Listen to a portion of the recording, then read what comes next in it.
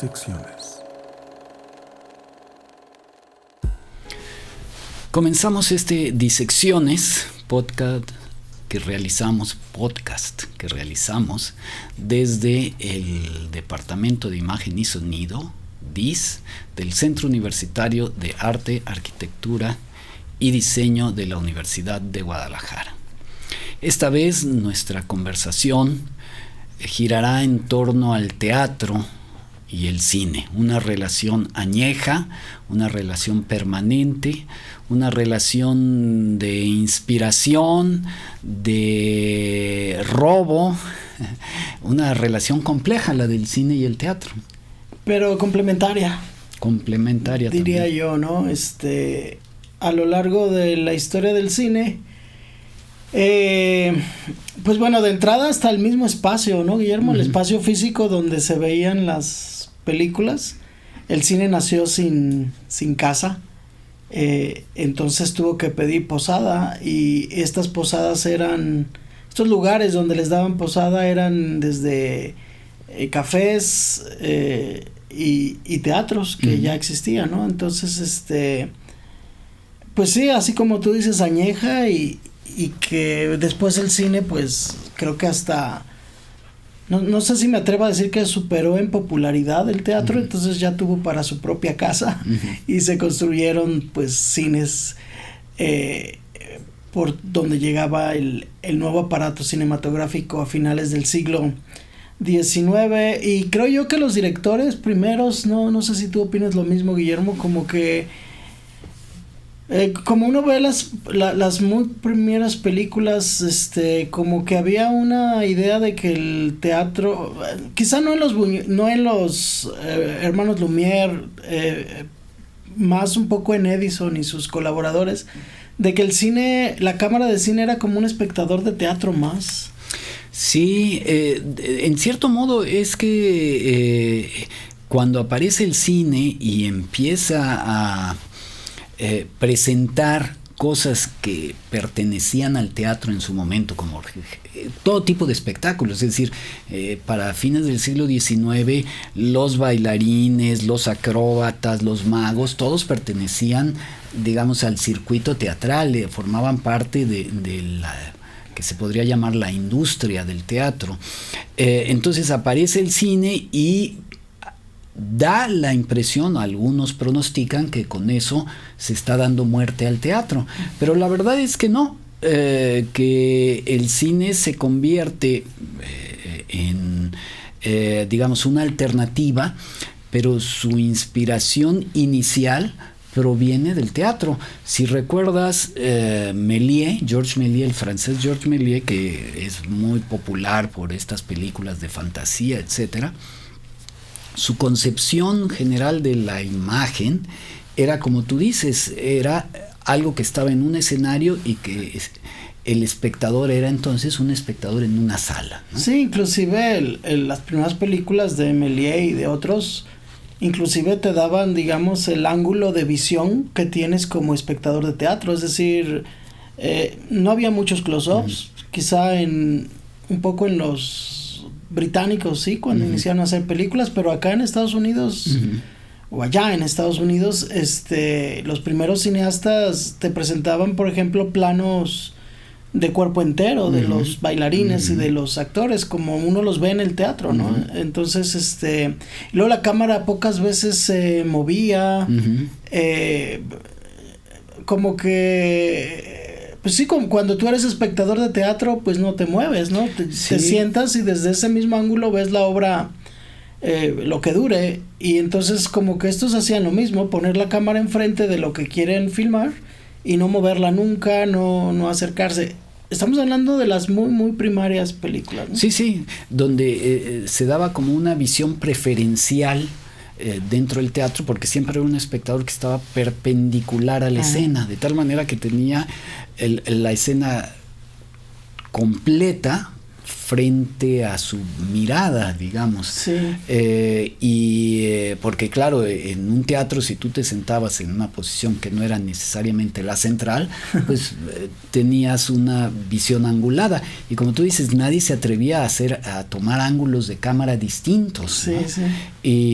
Y sí, hay un largo trecho de 20 años posiblemente donde el cine pues responde más que nada o se entiende como teatro filmado, como cosas del teatro filmadas. Claro, ¿no? Hubo obviamente cineastas más visionarios que sí pensaron que era un aparato diferente al teatro, ¿no? Y una experiencia diferente. En las vanguardias rusas, los ingleses que ya había mencionado, ¿no? La casa Brighton, donde sí hacían cosas que era imposible lograr en el teatro. Sí, el cine se fue volviendo más complejo a principios del siglo XX y sobre todo hacia la segunda década, y por lo tanto fue distanciándose. Pero mira, Griffith, por ejemplo, David Ward Griffith, que es una figura legendaria dentro de la historia del cine, provenía del teatro de David S. Velasco, que era uno de los grandes productores en Broadway, ¿no? Y entonces lo que Griffith aporta en términos de creatividad al cine, en realidad en un momento o en un primer momento lo hace pensando en darle a la imagen muda y desnuda, que era en ese momento nada más la imagen,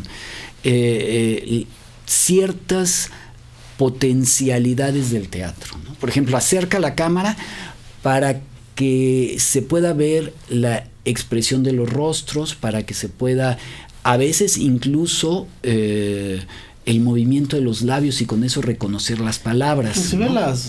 Las manos, los gestos, en unos planos más medios. Así es. Yo he visto unas de Griffith donde se ve que dirige a los actores para que comuniquen una emoción con las manos. Sí, y la mímica, ¿verdad? Exactamente. Pero ahí mismo también el teatro venía de una, o al menos así lo hablan los historiadores del teatro, de un periodo, sobre todo el teatro culto, digamos, el teatro de una cierta altura intelectual, en donde estaba muy codificado todo, ¿sabes? La actuación, la estructura misma de la obra teatral, etcétera, era como muy rígida, y que precisamente con el melodrama en el siglo XIX se fue gestando una alternativa en cierto modo más libre, incluso abandonando el verso,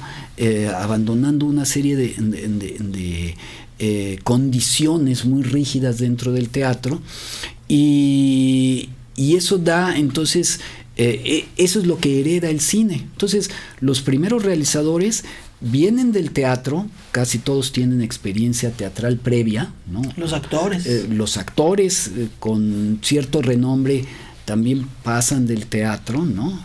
La famosa Sarah Bernhardt, que hace hará muy poco cine, pero hace ahí un par de películas, ¿no? Y era una gran figura. Y el cine, a partir de esa primera gran influencia, entonces empieza a buscar su ruta. Sin embargo, insisto, la segunda década del siglo XX, en general el cine reconocía en el teatro un poco la paternidad de lo que estaba haciendo. La denominación misma de lo que era una película era una photoplay, es decir, una obra de teatro fotografiada, ¿no? Y esa denominación para las películas se mantuvo casi por 15 años más. O sea, no eran movies, eran photoplays, eran obras de teatro fotografiadas. Van a ser precisamente las vanguardias, mencionabas tú a los soviéticos, pero van a ser también las vanguardias francesas, particularmente el dadaísmo, quienes digan: es ridículo estar haciendo literatura fotografiada, tenemos que buscar hacer algo diferente, ¿no? Y y es incluso la primer controversia que se da ya en términos de los cineastas, va a ser en los años 30 cuando Marcel Pagnol y René Clair discuten sobre en dónde reside el valor artístico de la película. Pagnol, que venía del teatro, dice no, en el libreto está ya, existen los personajes en el libreto, están los diálogos, sobre todo ya estamos hablando de la época del cine hablado, entonces lo que tiene que hacer el cineasta es fotografiar eso. Y René Clair, que venía de las vanguardias, decía no, el cineasta construye la película al momento de hacerla. Ahí nace la famosa denominación de la puesta en escena, la mise en scène. Entonces dice, no, es con la cámara con la que se escribe, no está en el libreto. Y fue una controversia que públicamente se confrontaron estos dos personajes acerca de cuál era la naturaleza. Insisto, René Clair retomaba un poco el espíritu de las vanguardias que ya habían repudiado la influencia teatral.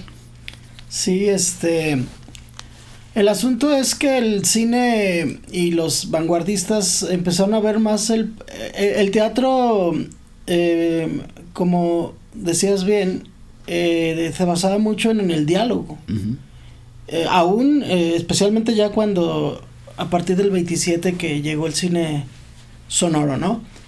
Pero el cine venía de ser totalmente mudo. Uh-huh. Y yo creo que esa es una gran diferencia que había entre el teatro y el cine, especialmente, insisto, cuando ya llegó el sonido y entonces el cine tuvo que luchar para que el sonido no se apoderara, digamos, del medio, ¿no? Uh-huh. Es decir, si había quien le daba méritos al nuevo medio sonoro, pero había quien le temía, porque a diferencia del teatro, el cine era imagen exclusivamente, ¿no? Y los vanguardistas creo que de ahí se tomaron, ¿no? De la diferencia entre el teatro y el cine, que era para mí mucho el sonido, uh-huh. El sonido y el montaje, uh-huh. Que en el teatro no puedes hacer un close-up, no puedes mover la cámara, ¿no? Uh-huh. Entonces, y en el cine sí. Entonces, creo que poco a poco ese debate entre ellos dos va a concluir en que eran medios totalmente opuestos. Sí. A pesar de que tuvieran una codependencia o una influencia uno sobre el otro, la conclusión es esa, que el medio cinematográfico era nuevo. Sí, que son diferentes. Aún así, ninguno mejor que otro. No, pero aún así, fíjate cómo prevalece en la actualidad. No hay libros sobre guión, no hay profesor, yo creo, de la materia que no hable de la estructura dramática que es, uh-huh. O incluso de esta entelequia, porque no estoy seguro que exista, de los 3 actos, que me parece un poco engañosa. Les enseñan a escribir en 3 actos, hablan de... Y entonces resulta un poco difícil porque el acto dentro de la terminología del teatro tiene una interpretación muy específica. En el cine el acto no tiene sentido, es decir, no se cierran las cortinas y se vuelven a abrir, no hay fakes, sí, pero no es lo mismo. No es lo mismo. Aunque claro, mira, ahora que lo dices, las cortinillas, los desvanecimientos y todo, eran también recursos que desarrolla el lenguaje cinematográfico a imitación de lo que podía hacer el teatro, ¿no? Sí, aparte de la cámara, también la forma de transición, ¿no? Y es que, en efecto, cuando el cine ya técnicamente es factible hacer un cine hablado, ese cine que había ganado en lo visual, de pronto como que se estanca en el diálogo, en la conversación, y parece regresar otra vez a ser un súbdito del teatro, a hacer teatro filmado. Sí, de hecho ahí sí, literalmente, especialmente los musicales, ¿no? Sí. Que se hicieron, Sí, yo los he visto, pues, era la cámara desde el segundo palco, claro, directamente hacia el escenario, y simplemente cuidando que a veces ni siquiera les molestaba que se vieran los cráneos de las personas que estaban viendo la escena, y desde ahí todo el número musical, por ejemplo, ¿no? Desde ahí. Y pues era de flojera absoluta, ¿no? Sí. El entender que el teatro no era el cine. Es increíble el número de adaptaciones de obras de teatro que hay en los años 30, y todavía en los años 40, al punto que incluso los grandes estudios de Hollywood compraban por adelantado a veces los derechos de las obras de Broadway. Mira, hay fenómenos tan curiosos como el siguiente. Uno, por supuesto, que identificaría que una película como Drácula proviene de la novela famosa de Bram Stoker. Pero en realidad el Drácula que dio origen al género del horror en el cine, que es producido por los estudios Universal en 1930, llevando en el reparto como protagonista a Bela Lugosi, viene de una adaptación teatral, no viene de la novela, y eso explica las diferencias entre la película y la novela. Porque la apariencia de Bela Lugosi no tiene nada que ver con la apariencia que se describe del Drácula en la novela, y hay cambios en los incidentes y en los roles de los personajes, porque viene de la adaptación de John Balderston, que fue muy famosa y que fue un negociazo para los empresarios de Broadway y de Londres, donde donde la obra de teatro fue de enorme éxito, y eso es lo que pone entonces o jala la atención de los estudios Universal a comprar los derechos, y de ahí arranca el género, ¿no? Entonces hay muchas películas de los años 30, de los años 40, e incluso algunas contemporáneas que no sospechamos, pero que vienen del teatro, adaptaciones de obras de teatro. Ahora, ¿sabes qué pienso, Guillermo? También yo, que los actores, por ejemplo, muchos provenían del teatro y hacían cine, ¿no? Pero luego había que hoy a mis alumnos les dan risa ciertas actuaciones. Creo que a los actores les costó quitarse el manierismo pretendían actuar a veces igual en el teatro que en el cine. Y y quizá en su momento funcionaba. Pero hoy en día ya no. Por ejemplo, yo supongo que si eres un actor, actriz, estás en un escenario, entonces estás hablando con alguien, con tu coprotagonista, pero de repente es muy normal que voltees y no lo veas directamente a él o a tu protagonista, a tu coprotagonista, ¿no? Sino que mires al horizonte, y tampoco puedes ver al espectador porque romperías como la cuarta pared, ¿no? Entonces en el teatro era como muy común eso, ¿no? Pero luego ves cine de los 50s donde los actores hacen eso en el cine.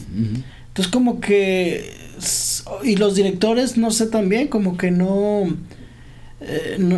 los dirigían a evitar eso, al contrario, lo fomentaban, y por eso algunas actuaciones de esos años, estoy hablando de los 50s particularmente, que yo creo que también fue de la década donde más adaptaciones hubo, en los 50s, pero que ahorita un chavo joven de hoy esas actuaciones ya no las... Claro. Se ríe de muchas cosas de actuación, ¿no? Las siente fuera de lugar, ¿no? Porque en realidad, y ahora entiendes tú que sí venían de un origen teatral esos actores, y que a lo mejor, no sé, los directores y el público en su momento no lo veía como un problema. Quizá acostumbrados a ir al teatro, decía, eso es actuar, ¿no? Entonces lo aceptaban. Pero con el tiempo ha ido perdiendo un poco vigencia. Sí, en eso que tú mencionas, creo que se muestra muy bien esta influencia mutua que ha tenido el cine, porque claro, la actuación en el teatro, y esto no lo digo nada más al aire, hay expertos que han hecho estos estudios, se transforma y se vuelve más verista gracias al cine, porque se pasa de esa gesticulación exagerada de los inicios del cine, ¿no? Que los vemos que se sacuden, incluso maquillados con exageración en el expresionismo alemán, a buscar una interpretación más matizada, más realista, etcétera. El cine hablado también va a tener esta misma evolución. Lo que pasa es que sí, el cine hablado, al menos durante 10 años, sí fue un salto hacia atrás, porque al introducirse el cine, el registro de la voz no era del todo, no perfecto, sino más bien tenía unas ciertas dificultades con el volumen, ¿no? Entonces, los actores de los años 30 regresaron a recitar, es decir, a espaciar las palabras de manera que se registrara bien la voz y a darle una cadencia que sonaba artificial, de tal manera que va a ser con el tiempo que, conforme mejora la tecnología, los actores también van, y algunos directores irán digamos imponiendo formas distintas pero más realistas, ¿no? de la actuación, de la pronunciación de las palabras, y en este sentido hay una influencia mutua, ¿no? Claro. Ahora, también siempre, Guillermo, se le ha dado como más prestigio artístico o intelectual al teatro, ¿no? En otros tiempos. Y entonces la gente reconocía personas que escribían obras de teatro, y entonces el nombre de este escritor de obras se volvía popular también, y los productores aprovechaban esa popularidad, digamos, que sus obras tenían, y entonces digamos que se iban sobre esos escritores y los adaptaban, y los contrataban a veces a ellos mismos para hacer adaptaciones de sus propias obras. Quizá, digo, un escritor de teatro, dramaturgo, de los más famosos y de los más icónicos, casi diría yo, sería Tennessee Williams entre los años 50 y 60. Ahora, a ver qué piensas tú de este tema, pero el asunto es que especialmente entre los 40 y 50 en Broadway o el teatro estadounidense era una industria un poco más abierta en cuanto a los temas que se trataban en las obras. Y si, por ejemplo, decían, adaptemos a Tennessee Williams, inclusive a William Inge o Gene O'Neill, pero en la industria de Hollywood había un código de censura que no iba a tener, que no iba a dar libertad total a esos escritores. Entonces, cuando tú veías la obra de teatro y luego la película, veías que se había sacrificado mucho, inclusive para entender la idea de la obra. Fue el caso de la famosísima y multiadaptada tranvía, el tranvía llamado Deseo, ¿no? Que por cierto también revolucionó la actuación en teatro estadounidense, y ahí otra vez vuelve a funcionar la retroalimentación, ¿no? Porque los actores que empezaron a salir del famoso Actors Studio, como Marlon Brando o James Dean o Montgomery Clift, traían otra escuela de actuación que la iniciaron en el teatro, pero al hacer películas, pues creo que también revolucionaron. Se acabaron precisamente muchos manierismos que venían del teatro. Es como que hubo una revolución actoral en el teatro que terminó influyendo para bien al cine. Sí, ha sido uno a otro, porque ahora también me ha tocado ver algunos montajes teatrales en donde se siente que lo que quieren hacer es una película o que lo que están haciendo es una película. Ya no solo porque utilicen pantallas y esto, sino incluso el cambio de escenario, los movimientos de escenario, en general el movimiento escénico recuerda en mucho ciertas transformaciones que permite el montaje cinematográfico. Y fíjate que ahora, aparte del lenguaje, ahora lo maravilloso es, por ejemplo, la tecnología, que por ejemplo, nosotros podemos ver la ópera de Nueva York en vivo. Yo vi varias en el Teatro Diana y eran óperas filmadas. Pero también en Inglaterra existe el National Theatre Live, que la gente va al cine a ver una obra de teatro, que obviamente el cine hace que pueda llegar a cualquier ciudad de Inglaterra, digamos, o del mundo. Y entonces tú la obra se está presentando en vivo en Londres, pero al mismo tiempo la están viendo en varias partes del mundo, pero es filmada. Sí se mantiene, digamos, la esencia del teatro, pero hay un trabajo de cámara que ya no es teatro, que ya no sé si ahí ya no sabes ni qué llamarle, ¿no? No es cine, es teatro, pero... Es transmedia. Es transmedia, porque sí cuentan con 4 o 5 cámaras, entonces hay unos movimientos de cámara que espectaculares, cortes, montaje, en una obra de teatro. Entonces ahí sí se ha roto un poco la línea y las disfrutas tú como espectador. En verdad tienes la experiencia, ambas experiencias. Sí sientes que estás viendo una gran obra de teatro, pero a la vez sientes que la estás viendo filmada. Ahora sí que una photoplay. Sí. Y eso es gracias a la tecnología actual y a la internet y a todo eso que luego uno hasta en internet ya las puede ver esas obras, ¿no? Y lo que hacen con la cámara, o sea, son auténticos cineastas, pero grabando obras de teatro. Y volviendo a Tennessee Williams, pues yo creo que fue el más prolífico, ¿no? De todos los teatreros que fueron adaptados.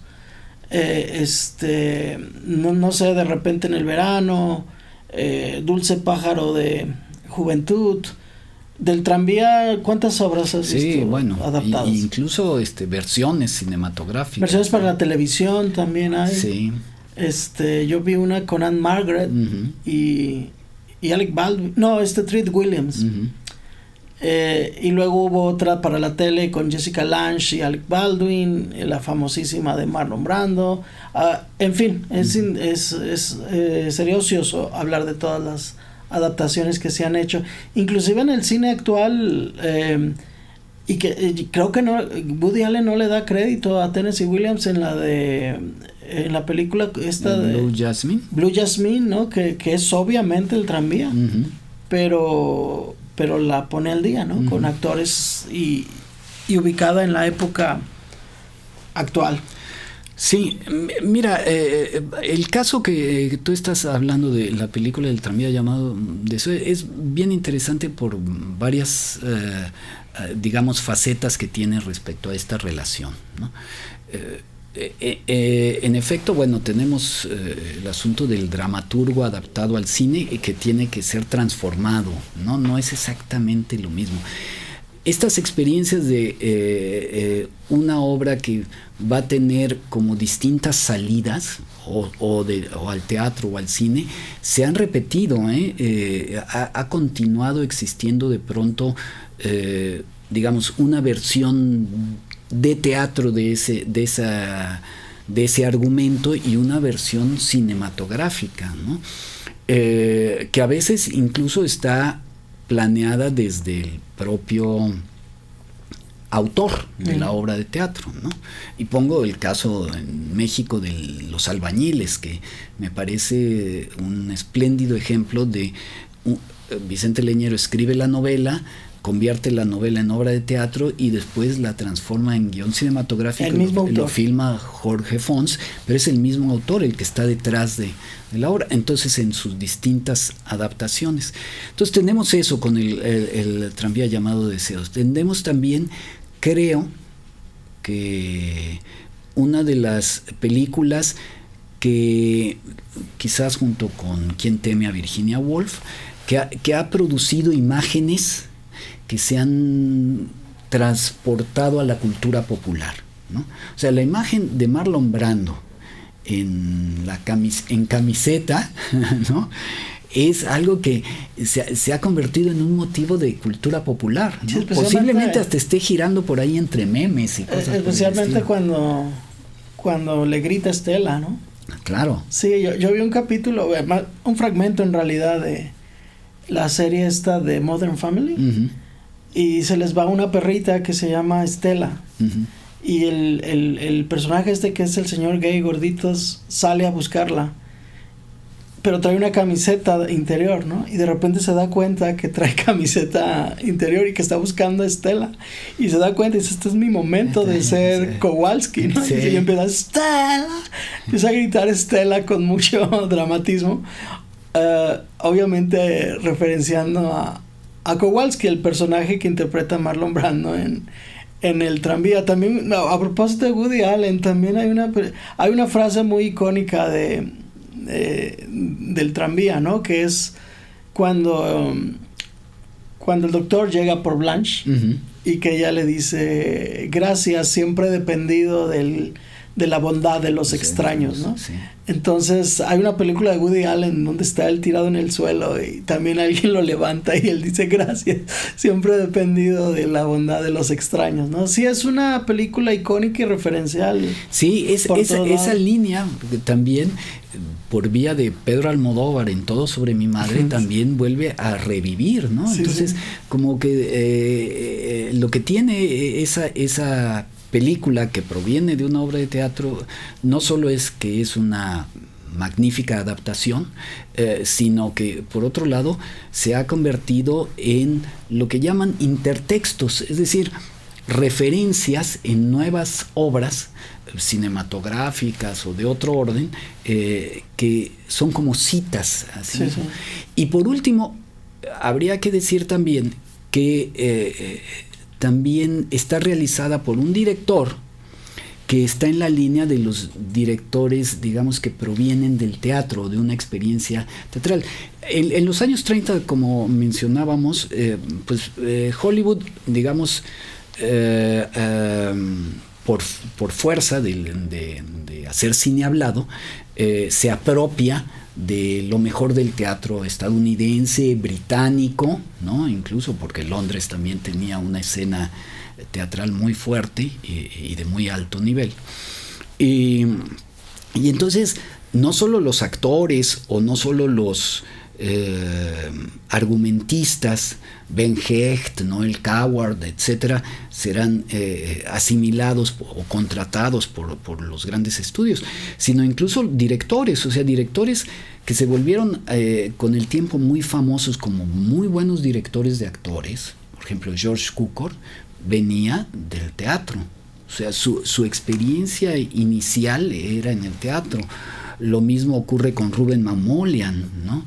Y Elia Kazan. Y Elia Kazan en el caso, sí, qué bueno que me lo recordaste porque no le estaba mencionando, pero en el caso de el tranvía llamado Deseos, ¿no? Sí, ahora también había algo que se perdía en la transición, ¿no? Por ejemplo, el tranvía dirigido con el mismo equipo, a excepción de la actriz principal, ya había sido un fenómeno en Broadway. El director, el actor. Y sí, Hollywood dice, hay que adaptarla, pero la actriz principal de la obra de teatro era Jessica Tandy. Uh-huh. Una extraordinaria actriz de teatro, una leyenda, podría decir, del teatro estadounidense. Sin embargo, ella no hacía cine. Y el nombre de ella no generaba ninguna expectativa para el público que va al cine. Entonces viene el equipo entero, menos Jessica Tandy, ¿no? Tienen que contratar una actriz igualmente buena, pero con, como decían antes, con marquesina, es decir, que la gente reconociera. Entonces muchas veces también eso era un poco triste, ¿no? Que, digo, triste y no, sino que al actor que había creado el personaje, al actor o a la actriz que había creado el personaje en el teatro, no le daban oportunidad de hacer lo mismo a veces, ¿no? A veces sí coincidía. Por ejemplo, Marlon Brando repitió. Me acuerdo, por ejemplo, inclusive Julie Andrews, que había hecho Mi Bella Dama en el teatro. No. En su momento todavía no era tan popular, Claro. y entonces a la adaptación cinematográfica inclusive imponen a una actriz que no cantaba, ¿no? Que todos adoramos, bueno, muchos adoramos, Audrey Hepburn, pero no cantaba, y sin embargo preferían doblarla que traer a la actriz original de la obra, ¿no? Uh-huh. Entonces sucedía seguido eso, ¿no? Como que sí, creo que últimamente esa línea se ha roto un poco entre que el actor de teatro se quedaba en Broadway, ¿no? Uh-huh. Y el de cine, y no había tanto, inclusive el de la televisión uh-huh. todavía era te especializabas en ser cine de televisión, de cine o de teatro. Uh-huh. Hoy en día creo que eso ha cambiado afortunadamente, y los actores por ahí andan cambiando de medio, ¿no? Y eso era padre, pero sí era algo, eso de que no le daban oportunidad a los actores de teatro. Y digo, solo para cerrar como una anécdota curiosa, Jessica Tandy termina teniendo un momento de fama ya muy mayor con El chofer y la señora Daisy, sí, termina ganando el Oscar, que es una adaptación de una obra de teatro, sí. También.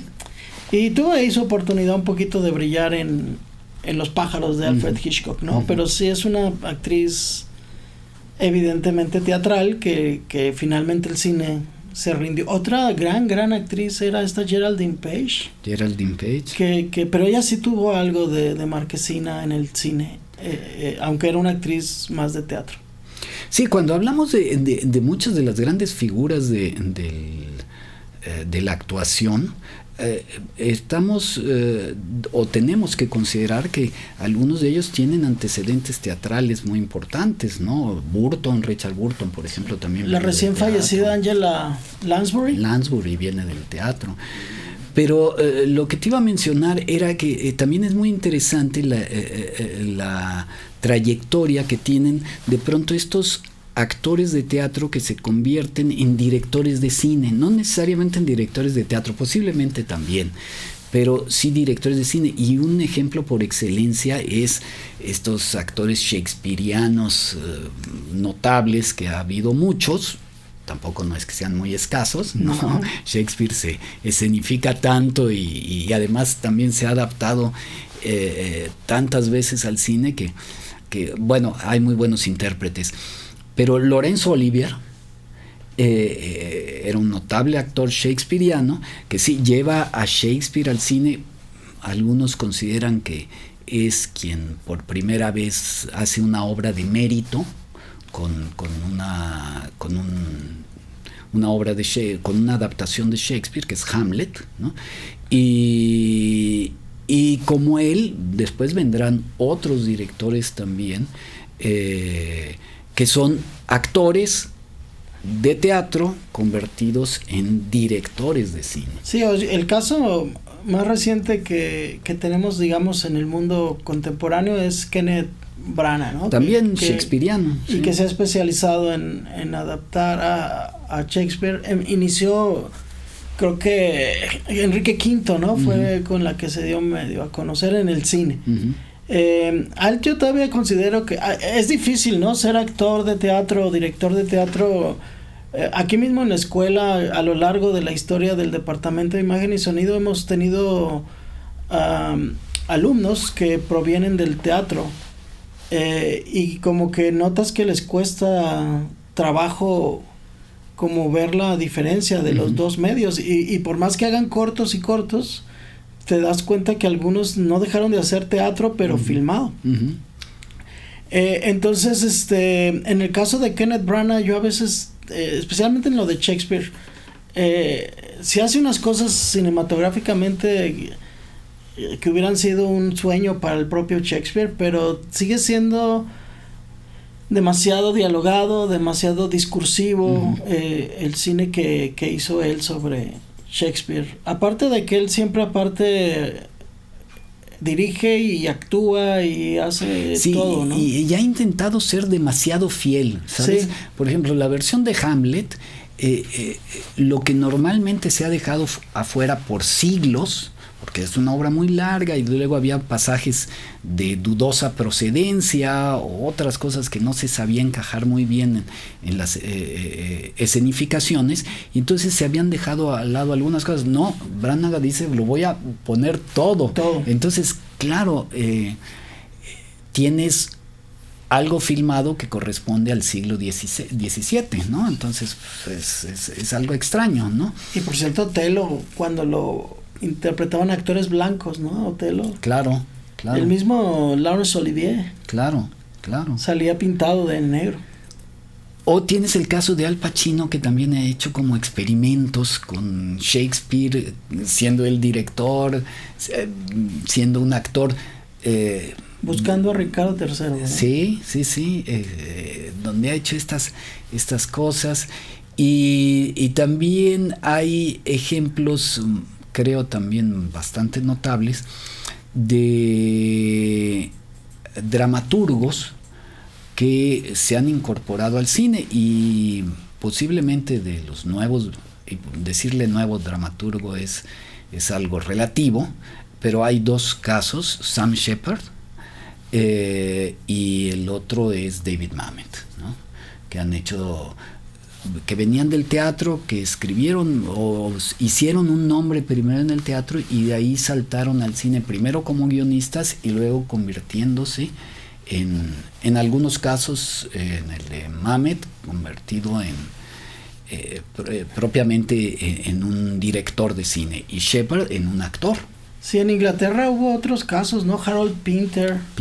El mismo el director de Belleza Americana, Sam Mendes. Sam Mendes viene del teatro. Viene del teatro. Estaba pensando en nomás que ahorita se me escapa el nombre, que escribió la adaptación de Relaciones Peligrosas y que ha hecho... ¿Stephen Frears?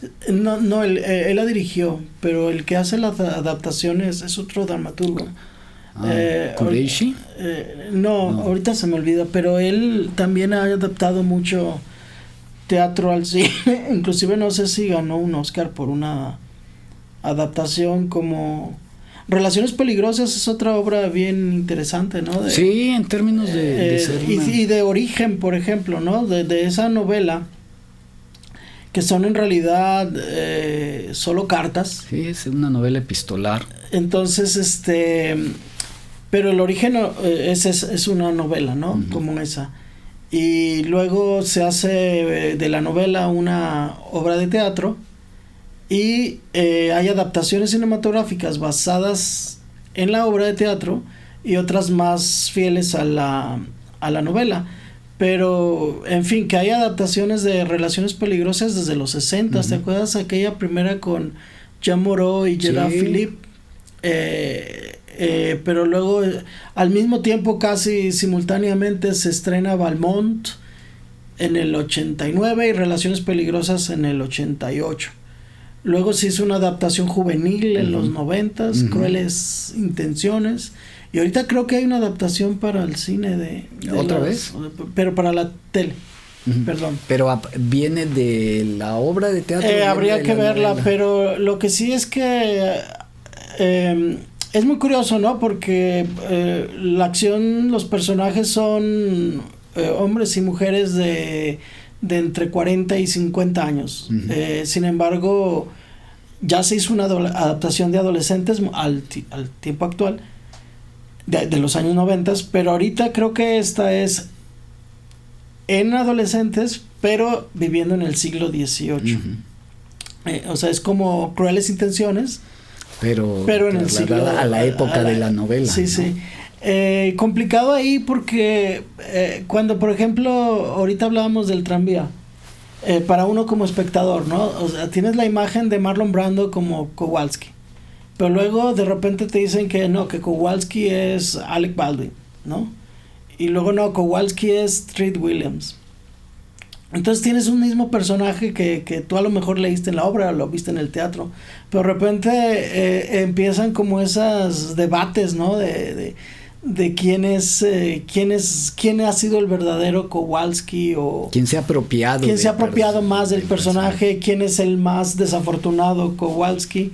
En el caso de Relaciones Peligrosas, creo que hay un personaje que Es muy curioso, pero a mí ningún Valmont me ha convencido a la idea que yo tengo de Valmont, ¿no? Ha sido John Malkovich, ha sido Ryan Philippe en el cine, ha sido Colin Firth en Valmont, en el teatro lo vi con Dominic West, y como que ninguno encuentras el Valmont que tú crees que deba ser Valmont, ¿no? Sin embargo, la Marquesa sí creo yo que la que se apoderó de ese personaje fue Glenn Close.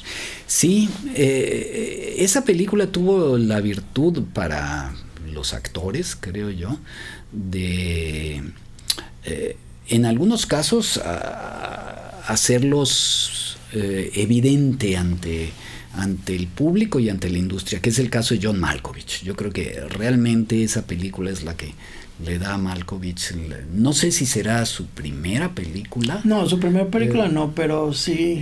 Pero la que lo proyecta. Y en el caso de Glenn Close, claro, la convierte en quizás la estereotipa un poco, o sea, luego la van a seleccionar para papeles en donde sea. De hecho, venía de Atracción Fatal, esta película de Adrian Lindsay. Pero por ahí más o menos le pasa. Y luego está el caso de ahora la tercera en discordia, ¿cómo se llama la actriz? Michelle Pfeiffer, que también la convierte como en actriz seria, ¿sabes? Sí, se le veía nada más un rostro bonito y era una presencia muy atractiva, pero no se le había visto el filón propiamente de También actriz. Fue presentación de dos juveniles de aquella época que eran Keanu Reeves y Uma Thurman. Es cierto, ahí también aparecen. Ellos sí como que no debutaron, pero la película esa medio las puso en el mapa. En fin, que sí es una obra, y que luego ves la diferencia, por ejemplo, cuando una obra se adapta directamente del teatro, como es Las Relaciones Peligrosas, está basada en el teatro, en la obra. Y sí la sientes más dialogada, por ejemplo. Pero Valmont de Milos Forman se basa más en la novela, y la sientes menos dialogada, curiosamente, ¿no? Porque en la novela no hay diálogos, porque el hecho de que sean solo cartas hace que en realidad no haya diálogos que adaptar. No, y hay estas influencias mutuas que son positivas. Lo que pasa es que al hacer la adaptación al teatro de una novela en donde todo solo ocurre en palabras, ¿no? El autor de la obra se ve en la necesidad de crear una estructura, ¿no? De crear un patrón de desarrollo de los hechos, etcétera, que no específicamente lo encuentras así en la novela, ¿no? Las novelas, sobre todo una como esta, que es amplia, yo creo que la edición contemporánea que se consiga tendrá por lo menos 400 páginas la novela, da pie a muchas posibilidades, y el adaptador al teatro le da una estructura que sí se acerca mucho más al cine por esta vieja relación. Ahí sí, así hubiéramos podido bautizar este episodio. Podcast, ¿cómo? Relaciones peligrosas. Relaciones peligrosas, sí. Claro. O una relación peligrosa entre el cine. Ahora, y en el caso del teatro mexicano, también hemos tenido estas famosas... Bueno, tú ya mencionabas los albañiles y Leñero, ¿no? Pero también hablábamos de que ha habido muchas adaptaciones del teatro al cine, como ¿cómo se llamaba la de Pancho Villa? ¿Cuál? Vámonos. Entre Pancho Villa y una mujer desnuda. Sí, en los últimos años, sí. Mira, entre Pancho Villa, la muy exitosa Sexo, Pudor y Lágrimas. Venía de una obra de teatro, ¿no? Sí, y uno va al teatro aquí en Guadalajara o en México y ves adaptaciones de Mi Bella Dama, Ahora, habría que diferenciar un poquito, casi necesitaríamos un programa especial para hablar del teatro musical. porque ese sí ha sido inclusive creo que más más fuerte la colaboración. Y al revés también, por ejemplo, películas como The Full Monty o Billy Elliot, generalmente tú piensas se adaptó la obra de teatro al cine, pero ahí pasó al revés. Esas dos películas británicas terminaron adaptándose al teatro y bien, pues entonces ahorita creo que llegamos a un momento de armonía entre los dos medios, ¿no? Se retroalimentan, hay adaptaciones de teatro a cine, de cine a teatro, y pues todo bien, ganamos los que nos gusta el teatro y el cine. Algo que nunca he confirmado que me platicó hace muchos años Pedro de Urdimalas, que fue un guionista del cine mexicano y actor también ocasional, es que y que fue dialoguista en Los Olvidados, en fin, pero fue actor de Nosotros los Pobres, y él me decía que Nosotros los Pobres, con el éxito que tuvo como película, después se convirtió en una obra de teatro que tuvo una gira nacional, donde estaba ahí Pedro Infante, etcétera, y incluso en un programa de radio que fue La Banda de Huipanguillo, referida a la tostada y la guayaba y topillos y planillas, que son estos personajes secundarios ahí que vagan por la vecindad. Es un ejemplo de esto, de cómo a veces del cine se regresa de Fíjate pronto que hay un caso al teatro. ahí de una gran obra cinematográfica que es Sunset Boulevard. Parece ser que en los 50s a la actriz principal de esa película, que era Gloria Swanson, se le ocurrió la idea de montar un musical de la película, pero lo hicieron solo como una escena o dos musicales y las presentaron en televisión. O sea, pero ahora se va a montar. Pero 50, 60 años después, en el año 93, ya había muerto Gloria Swanson.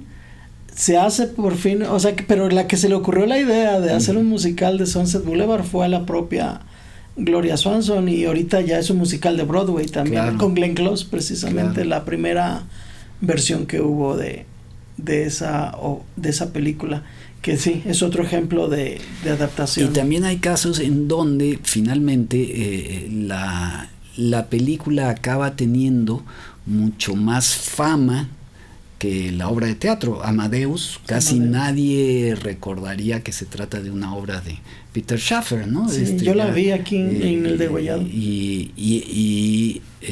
Pues es tal cual teatro, nada más que claro, Milos Forman lo convirtió en otra cosa. En fin, se trata por supuesto, de un asunto de la relación entre el teatro y el cine muy amplio, que no se agota con una sola conversación, que da pie para, como tú dices, de pronto cosas muy específicas, ¿no? El teatro musical, la adaptación misma de Shakespeare, que sí, ese es un programa entero. Ese es un programa entero, ¿no? Pero que es muy interesante recordar esta relación, tenerla presente, porque sin duda es esta influencia mutua que ha sido muy beneficiosa. Bueno, pues muchas gracias otra Carlos. vez. Este es el podcast de Disecciones, Guillermo Baidovitz y Carlos Torrico. Carlos. Nos despedimos y le damos gracias a nuestro equipo que está detrás de todo esto para que esto suceda. Muchas gracias y los esperemos en el próximo Disecciones.